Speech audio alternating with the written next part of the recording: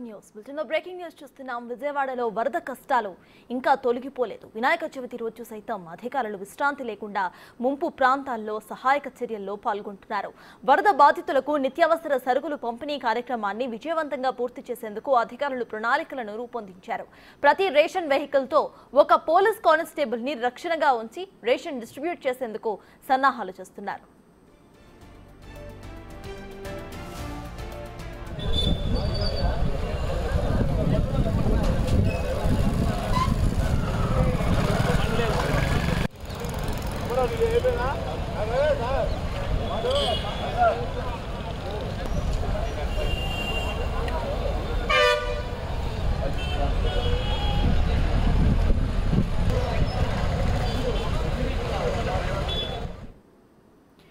ఇదే అంశంపై పూర్తి డీటెయిల్స్ మా ప్రతినిధి సాగర్ అందిస్తారు. సాగర్, చెప్పండి, వాళ్ళ రేషన్ పంపిణీ కార్యక్రమం కూడా జరుగుతున్నట్టు తెలుస్తోంది. ప్రెజెంట్ అప్డేట్స్ ఏంటి?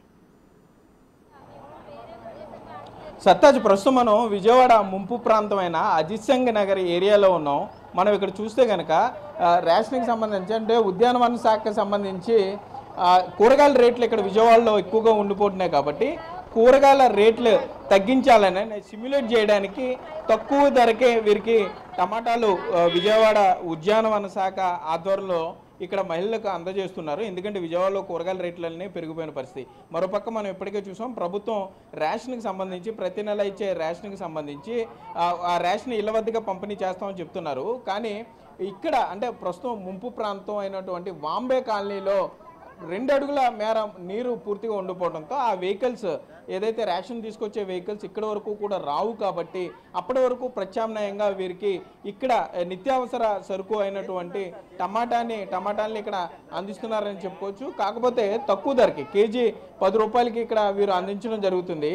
ఇక్కడ ఏ విధంగా సహాయ కార్యక్రమాలు జరుగుతున్నాయో ఎన్జిఓ ఉన్నారు, మాట్లాడించే ప్రయత్నం చేద్దాం. సార్, ఏంటి సహాయ కార్యక్రమాలు ఏ విధంగా జరుగుతున్నాయి? ఇక్కడ సహాయ కార్యక్రమాలు అయితే బాగానే జరుగుతున్నాయి. కాకపోతే ఏంటంటే చాలామంది సిబ్బంది లోపలికి రాలేని పరిస్థితి అవుతుంది. లోపలగా ఉన్నటువంటి పబ్లిక్ ఏమవుతున్నారంటే మాలాంటి స్వచ్ఛంద సేవా సంస్థ ద్వారా మ్యాక్సిమం మా చేతనైన సహాయం అందిస్తున్నాం. అధికారులు కూడా కోఆపరేట్ చేస్తున్నారు. దానిలో భాగంగా ఇంకొంచెం అంటే ఎన్డీఆర్ఎఫ్ బృందాలు ఏవైతే వస్తున్నాయో ఇంకొంచెం లోపలికి కూడా వచ్చి వాళ్ళ ద్వారా సహాయ సహకారాలు అందిస్తే బాగుంటుంది అనేది. ఏంటి మెయిన్ రోడ్డు మీద ఫుడ్ డిస్ట్రిబ్యూషన్ చేసుకుంటూ వెళ్ళిపోతున్నారు, ఆ సైడ్ రోడ్లు లోపలికి ఏదైతే ఉంటుందో అంటే కొంచెం ఇంటీరియర్గా ఉన్నటువంటి ఏరియాకి అంటే ఇంకా కొంచెం లోపలికి హోటళ్ళకు అందరికి పోవడం ఇబ్బంది జరుగుతుంది. దానిలో భాగంగా మా స్వచ్ఛంద సేవా సంస్థల సేవలు కూడా తీసుకుంటున్నారు. మేము కూడా కంట్రోల్ రూమ్ వారి దగ్గరికి వెళ్ళి మేము ఇది చేస్తున్నాం అని చెప్తున్నాం, వాళ్ళు కూడా మాకు సహకరిస్తామంటున్నారు. అధికారులు కూడా ఏమంటున్నారు అంటే మీరు ఏమేమి చేస్తారో మీరు కూడా మాతో కలిసి పనిచేయండి, మేము ఇంకొంచెం సేవలు విస్తృతంగా చేస్తామని చెప్తున్నారు. అలాగే రేషన్ కూడా డిస్ట్రిబ్యూట్ చేస్తా అంటున్నారు.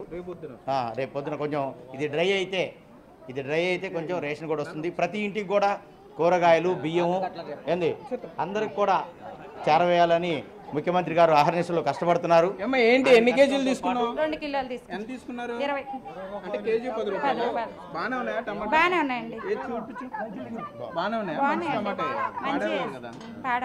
ఏంటి అధికారులు అంతా బాగానే రెస్పాండ్ అవుతున్నారా? మా ఏరియాకి అయితే పర్లేదండి, బాగానే వస్తున్నాయి. సింగనగర్ అపార్ట్మెంట్లు ఇంకా అటేమో తెలియదు. అటు లోపల మాత్రం రావట్లేదు అంటున్నారు చాలా మంది. ఇక్కడైతే బాగానే వస్తున్నాయి, ఇటువైపు పర్లేదు. తగ్గిందండి, పర్లేదండి. మనం చూస్తున్నాం ఇప్పుడు ఇక్కడ నుండి మెయిన్ రోడ్డుకు వెళ్ళాలంటే సర్తాజ్ 5 అడుగుల నీటిలో ఇంకా వెళ్లాల్సిన పరిస్థితే. బోట్లు ఫిషరీస్ డిపార్ట్మెంట్లో ఈ 6 రోజుల పాటు బోట్లు ఏర్పాటు చేసినా కూడా అంటే ఈ 2 అడుగులు 3 అడుగులే నీరు ఉంది కాబట్టి అంత చెక్క బోటు లోపల వేటికి దిగిపోతుంది కాబట్టి ఆ బోట్లను నిలిపివేశారు. మీరు చూస్తే కనుచూపు మేర మొత్తం నడువు లోతు నీళ్ళల్లో ఏ విధంగా వారు వెళ్తున్నారో నిత్యావసరాలు తెచ్చుకోవడానికి ఆ మెయిన్ రోడ్డుకు వెళ్తున్నారు. ఆ మెయిన్ రోడ్డు దగ్గర మాత్రమే డిస్ట్రిబ్యూషన్ జరుగుతుందని చెప్తున్నారు ఇక్కడ స్థానికులు. ఎస్డీఆర్ఎఫ్కి సంబంధించి వీరు కూడా చాలా వారం రోజులుగా ఎన్డీఆర్ఎఫ్ బృందాలు చాలా కష్టపడుతున్నాయని చెప్పుకోవచ్చు. వారం రోజులకు వీరంతా కూడా ఈ మహిళలందరూ కూడా ఈ రేషన్ అది తెచ్చుకోవడానికి మెయిన్ రోడ్డుకి వెళ్ళాలంటే సుమారుగా ఇక్కడ 3 కిలోమీటర్ల మేర వెళ్లాల్సిన పరిస్థితి ఉంటుంది కాబట్టి వీరు అక్కడికి వెళ్ళిన తర్వాత మెయిన్ రోడ్డుకి వెళ్ళి అక్కడ నుండి వీరు రేషన్ తెచ్చుకునే ప్రయత్నం చేస్తారు. మహిళలతో కూడా మాట్లాడదాం. ఏ విధంగా ఇక్కడ అమ్మ ఏంటి అధికారులు బాగానే స్పందిస్తున్నారా మీకు? ఎవరు రావట్లేదు సార్, మాకు ఎవరు రాలేదు ఇంతవరకు. ఎవరు కూడా వచ్చి తొంగి చూసిన వాళ్ళు లేరు అసలు. ఫుడ్ అయితే వస్తుంది కానీ దాచుకొని పొద్దున్నే ఇస్తున్నారు సార్. ఎందుకు అది పాచిపోయింది, వాసన వస్తుంది. పాల ప్యాకెట్లు అయితే వస్తున్నాయి, వాటర్ అయితే వస్తుంది సార్. మాకు ఇంకేమి రావట్లేదు. అందరూ సరుకులు తెచ్చుకున్నారు సార్. 4 రోజులు సరుకులు తెచ్చుకున్నారు కదా, అవన్నీ వండుకోవాలి కదా. ఇప్పుడు వాంబే కాలనీ అన్నాక సరుకులు అందరికీ వస్తున్నాయి. మరి అందరు 4 తీసుకెళ్తే కదా మనిషికి ఒకటి వండినా ఇంట్లో వండుకొని ఏడు తింటా ఉంటారు కదా. అసలు ఏమీ లేదు. ఒక పాల ప్యాకెట్లు ఒకటి, ఒక మంచినీళ్ళు మాత్రం వస్తున్నాయి సార్. ఫుడ్ మాత్రం దాస్తున్నారు, ఉంచుకుంటున్నారు, అంతే. ఏం లేదు మాకైతే, అసలు ఏమీ రావటం లేదు. మంచినీళ్ళు వస్తున్నాయి, పాల ప్యాకెట్లు వస్తున్నాయి. అంటే మా వరద ఎక్కువగా ఉంది కమ్మా. ఇప్పుడు మీకు ప్రధానంగా ఏంటంటే పాల ప్యాకెట్లు, మంచినీళ్ళ బాటిళ్ళు, కొద్దిగా ఫుడ్ అందజేస్తారు. అంటే 5 అడుగులు ఉంది కాబట్టి ఇంకా మీకు ఏమైనా ఇబ్బందులు ఉంటే మీకు ఇక్కడ ఐఏఎస్ని ప్రతి డివిజన్కి ఒక ఐఏఎస్ ఇచ్చారు నెంబరు. మీరు ఇందాక మాట్లాడారు, నేను మీకు నెంబర్ ఇచ్చాను కదా, ఏమన్నారు ఆయన? ఏమన్నారు? పంపిస్తామమ్మా అన్నారు. పంపిస్తామండి అన్నారు. అడ్రస్ చెప్పారా? చెప్పాము. ఏమని చెప్తున్నారు? ఎందుకంటే ప్రతి డివిజన్కి కూడా ఒక ఐఏఎస్ని ఇచ్చారు. చిన్న అధికారి కూడా కాదు, ఒక జిల్లా స్థాయి ఐఏఎస్ని మీ ఒక చిన్న డివిజన్కి మీకు ఇచ్చారు. కాబట్టి మీ సమస్య నేను మీకు ఇందాక నెంబర్ ఇచ్చాను, మీరు మాట్లాడితే ఆయన ఏం చెప్పారు? మీకు పంపిస్తామన్నారు. పంపిస్తామన్నారు. మీ అడ్రస్ చెప్పారు కదా? చెప్పాం. అమ్మ ఏంటి ఏముందండి, మా ఇంటి ఆయన ఒంట్లో బాగాలేదండి.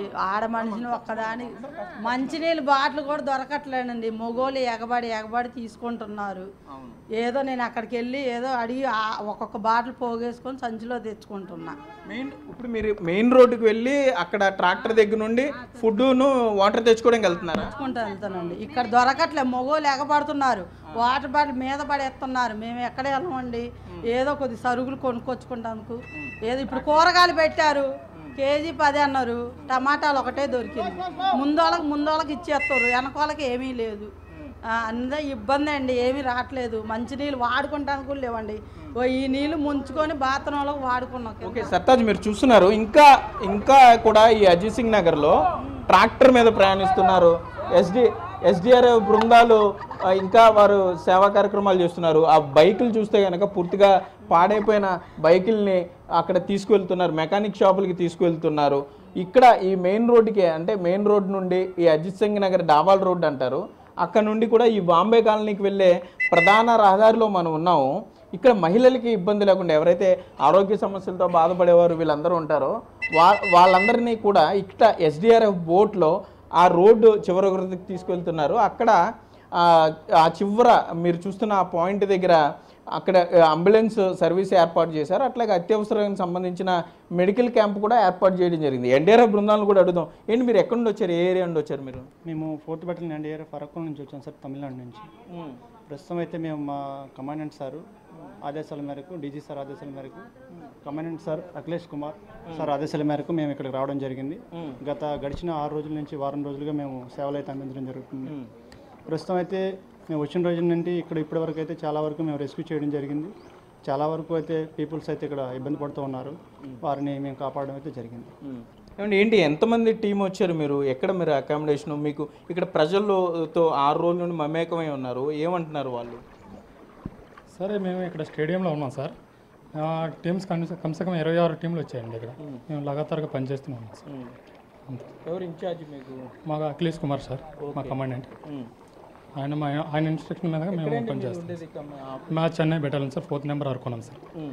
ఓకే సర్తాజ్, ఇక్కడ చూసినంత వరకు అయితే అజిత్ సింగ్ నగర్ సంబంధించి మెయిన్ రోడ్ వరకు సప్లైస్ అంతా బాగానే ఉన్నాయంటున్నారు. మరోపక్క ప్రభుత్వం ప్రతిష్టాత్మకంగా వరద ముంపు ప్రాంతాలకు చేపట్టినటువంటి ఆహార పంపిణీ ఇక్కడ ఇంకా వాటర్ 5 అడుగుల మేర ఉంది కాబట్టి రేపు ఉదయం పంపిణీ చేసేందుకు సిద్ధమవుతున్నారు. ఈ లోపల కూరగాయల ధరను సిమ్యులేట్ చేసేందుకు కేజీ 10 రూపాయలకే టమాటాలు అందిస్తున్నారు.